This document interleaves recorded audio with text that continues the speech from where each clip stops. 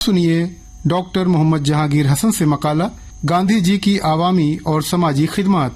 اس میں دو رائے نہیں کہ گاندھی جی ایک انٹرنیشنل شخصیت کے مالک تھے۔ ایک طرف انہوں نے ملکی سطح پر عوامی و سماجی خدمات انجام دیں تو دوسری طرف عالمی سطح پر پرامن ماحول، انصاف پسند اور مساوی حقوق کے علمبردار کے طور پر جانے گئے۔ ان کا اصل نام موہن داس کرم چند گاندھی تھا۔ ان کی پیدائش 2 اکتوبر 1869 عیسوی کو گجرات کے ایک ساحلی علاقے پور بندر میں ہوئی۔ وہ ایک متمول خاندان سے تعلق رکھتے تھے۔ ان کے والد کرم چند گاندھی پور بندر کے دیوان تھے، جبکہ ان کی والدہ پتلی بائی خالص مذہبی خاتون تھیں۔ والدہ پتلی بائی کے خالص مذہبی رنگ و آہنگ نے گاندھی جی کی زندگی کو بالخصوص متاثر کیا اور آگے چل کر یہی چیزیں اہنسا اور ستیہ کی شکل میں ان کے وجود کا ایک اٹوٹ انگ بن گیا۔ تعلیم و تعلم کی بات کریں تو چونکہ گاندھی جی اپنے والد کے انتقال کے بعد راجکوٹ منتقل ہو گئے تھے، اس لیے ان کی ابتدائی تعلیم راجکوٹ کے ایک مقامی اسکول میں ہوئی۔ 1888 عیسوی میں قانون کی تعلیم کے لیے برطانیہ کا سفر کیا۔ اس وقت ان کی عمر 18 سال تھی۔ برطانیہ میں انہیں مغربی نظریات اور علم قانون سے روشناس ہونے کا سنہرا موقع ملا۔ گاندھی جی کی عوامی و سماجی خدمات کو دیکھا جائے تو چند چیزیں بطور خاص سامنے آتی ہیں۔ گاندھی جی کی مہمات میں قابل غور پہلو یہ ہے کہ انہوں نے ستیہ اور اہنسا کے اصولوں کو اپنی بنیاد بنایا۔ اپنے عمل و کردار سے عوام و خواص کو یہ پیغام دیا کہ تبدیلی اور انقلاب لانے کے لیے تشدد کی ضرورت نہیں ہے، بلکہ ستیہ کی راہ پر چلتے ہوئے پرامن طریقے سے بھی تبدیلیاں لائی جا سکتی ہیں اور حقوق حاصل کیے جا سکتے ہیں۔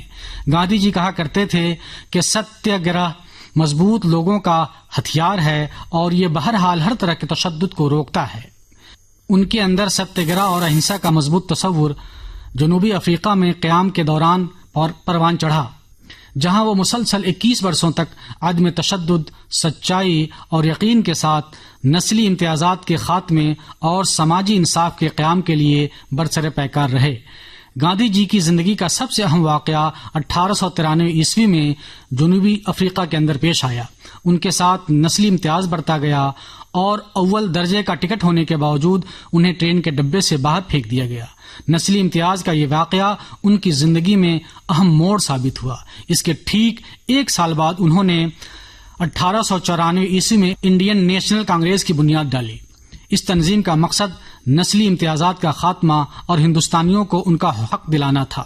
پھر جب وہ 1915 میں جنوبی افریقہ سے ہندوستان واپس ہوئے تو دیکھا کہ ہندوستان میں بھی ٹیکس کے نام پر کسانوں، مزدوروں کے ساتھ امتیازی سلوک کیا جا رہا ہے۔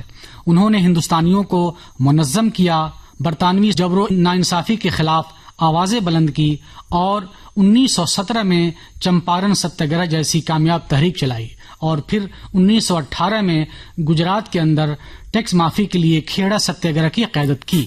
یہ دونوں تحریکیں ہندوستانی عوام کو لامبند کرنے میں سنگ میل ثابت ہوئیں۔ گاندھی جی نے ہندوستانی عوام کو غیر ملکی مصنوعات کے بائیکاٹ اور ملکی مصنوعات کے استعمال کی ترغیب دی۔ اس کے لیے انہوں نے 1920 میں تحریک عدم تعاون کی بنیاد ڈالی اور اس بات پر زور دیا کہ تمام ہندوستانی برطانوی اداروں سے دستبردار ہو جائیں اور برطانوی مصنوعات کا بائیکاٹ کریں۔ اس تحریک میں بڑے پیمانے پر لوگ شریک ہوئے اور اس کے تحت برطانوی مصنوعات اور اداروں کا بائیکاٹ کیا گیا۔ 1930 میں گاندھی جی نے ڈانڈی مارچ شروع کیا۔ اس تحریک کے ذریعے نمک کی پیداوار اور اس کی فروخت پر برطانیہ کے اجارہ کے خلاف سخت احتجاج کیا گیا۔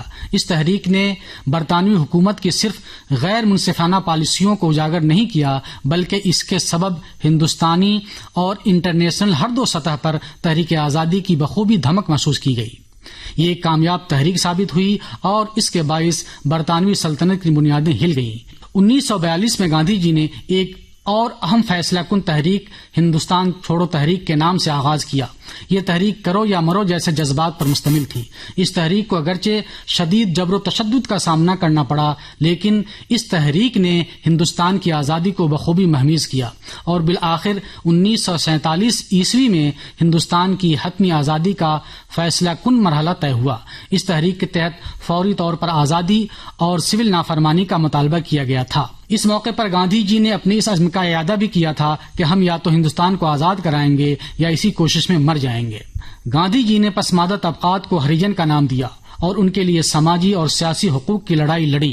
انہوں نے ذات پات کے نظام کے خلاف آواز اٹھائی اور پسماندہ طبقات کو معاشرے میں ایک مساوی رکن بنانے کی کوشش کی. اس کے لیے انہوں نے 1932 میں ہرین سیوک سنگھ قائم کیا. ان کا ماننا تھا کہ بھید بھاؤ ایشور اور انسانوں کے خلاف جرم ہے. یہ انسانیت پر ایک بدنما داغ اور دھبا ہے. گاندھی جی کا ماننا تھا کہ خواتین کو کمزور جنس کہنا محض ان کی توہین نہیں بلکہ ان کے ساتھ سخت ناانصافی ہے. انہوں نے خواتین کے حقوق کی حمایت کی اور ان کی حوصلہ افزائی بھی کی کہ وہ تحریک آزادی اور سماجی خدمات میں بڑھ چڑھ کر حصہ لیں. گاندھی جی کی ترغیب و تحریک پر ہندوستان چھوڑو تحریک میں بہت ساری خواتین نے حصہ لیا اور اپنی شجاعت و بہادری سے برطانیہ حکومت کے دانت کھٹے کر دیے. انہوں نے اس بات پر بھی زور دیا کہ خواتین کو برابری کے حقوق اور تعلیم کے مواقع ملنے چاہیے. اس کے ساتھ ہی انہوں نے بچیوں کی کم سنی میں شادی کی مذمت کی اور بیوہ کو دوبارہ شادی کرنے کے لیے وکالت کی تاکہ خواتین جو بیوگی کے جہنم میں جل بھن رہی ہے وہ ایک خوشگوار زندگی گزار سکے. گاندھی جی نے ہندو اور مسلمان کے درمیان اتحاد کو فروغ دیا اور انہیں بین المذاہب ہم آہنگی اور اخوت کا درس دیا.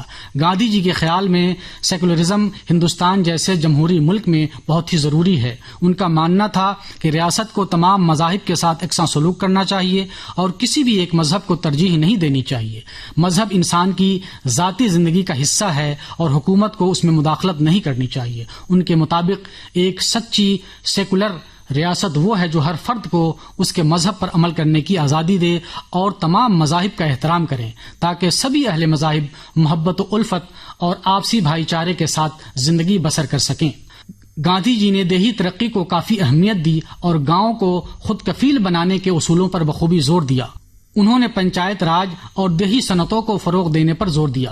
گاندھی جی کا ماننا تھا کہ ہندوستان کی حقیقی روح اس کے دیہات میں بستی ہے اور ملک کی ترقی کا راستہ دیہی علاقوں کی خوشحالی سے ہو کر گزرتا ہے. ان کے مطابق جب تک دیہی علاقوں کی ترقی نہیں ہوتی اور وہاں کے لوگوں کی زندگی بہتر نہیں ہوتی ملک کی مجموعی ترقی ممکن نہیں. ان کا یہ بھی خیال تھا کہ اگر گاؤں اپنی ضرورتوں کو خود پورا کرنے لگیں تو معاشی طور پر مضبوط بن سکتے ہیں. بہی سبب انہوں نے مقامی صنعت دستکاری اور کھادی کپڑوں کے استعمال کی ترغیب دی. ان کا واضح پیغام تھا کہ ملک سے غربت کو اسی وقت خاتمہ کیا جا سکتا ہے جب دولت کی منصفانہ تقسیم کی جائے. ان کا خیال تھا کہ سرمایہ کا ارتکاز محض شہروں اور چند ہاتھوں میں نہ ہو بلکہ وہ گاؤں اور دیہی عوام تک بھی پہنچے.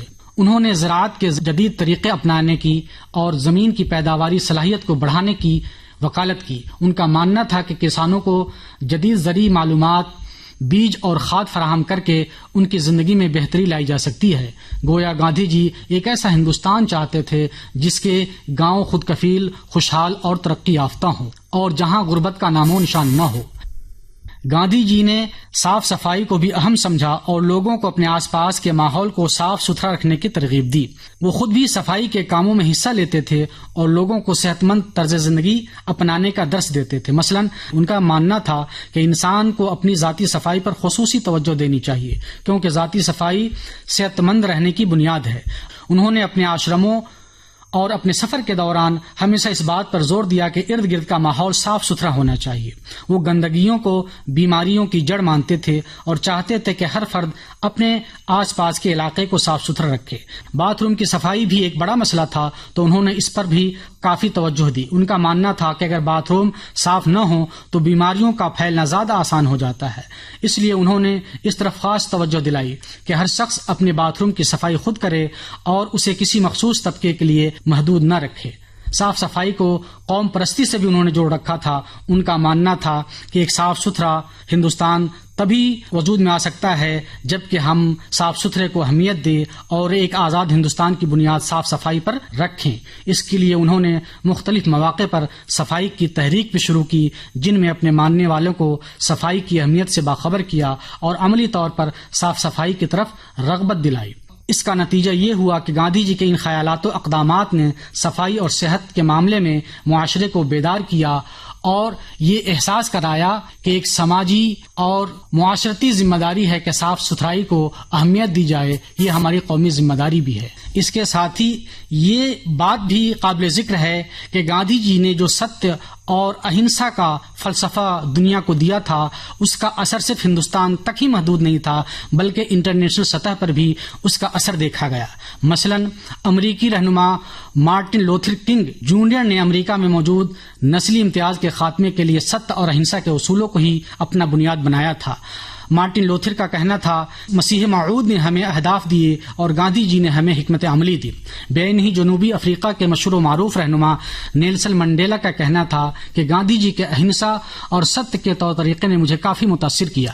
نیلسن منڈیلا کی جد و جہد بتاتی ہے کہ انہوں نے بھی نسلی امتیازات کا سامنا کیا اور گاندھی جی کی طرح اہنسا اور ستیہ کی راہ پر چلتے ہوئے تمام تر نسلی امتیازات کی دیواریں منہدم کر دیں۔ خلاصہ کلام یہ کہ گاندھی جی کی عوامی و سماجی خدمات کا دائرہ بہت ہی وسیع تھا اور انہوں نے محض تحریک آزادی میں اہم کردار ادا نہیں کیا بلکہ سماج و معاشرے میں بھی بہت ساری اصلاحات کی اور عالمی سطح پر سیاسی و سماجی تحریکات کو بخوبی متاثر کیا۔ اس طرح ہم پاتے ہیں کہ گاندھی جی کے ستیہ اور اہنسا سے لبریز عوامی و سماجی اصلاحات اور شہری حقوق کے اصولوں نے دنیا پر اپنے انمٹ نقوش چھوڑے، اور سچ تو یہ ہے کہ ان کی تعلیمات و فلسفے آج بھی عالمی پیمانے پر سماجی انصاف، حقوق و مساوات اور امن و آشتی کی بحالی کے لیے بالخصوص محرک ہیں۔ ابھی آپ ڈاکٹر محمد جہانگیر حسن سے مقالہ گاندھی جی کی عوامی اور سماجی خدمات سماعت فرما رہے تھے۔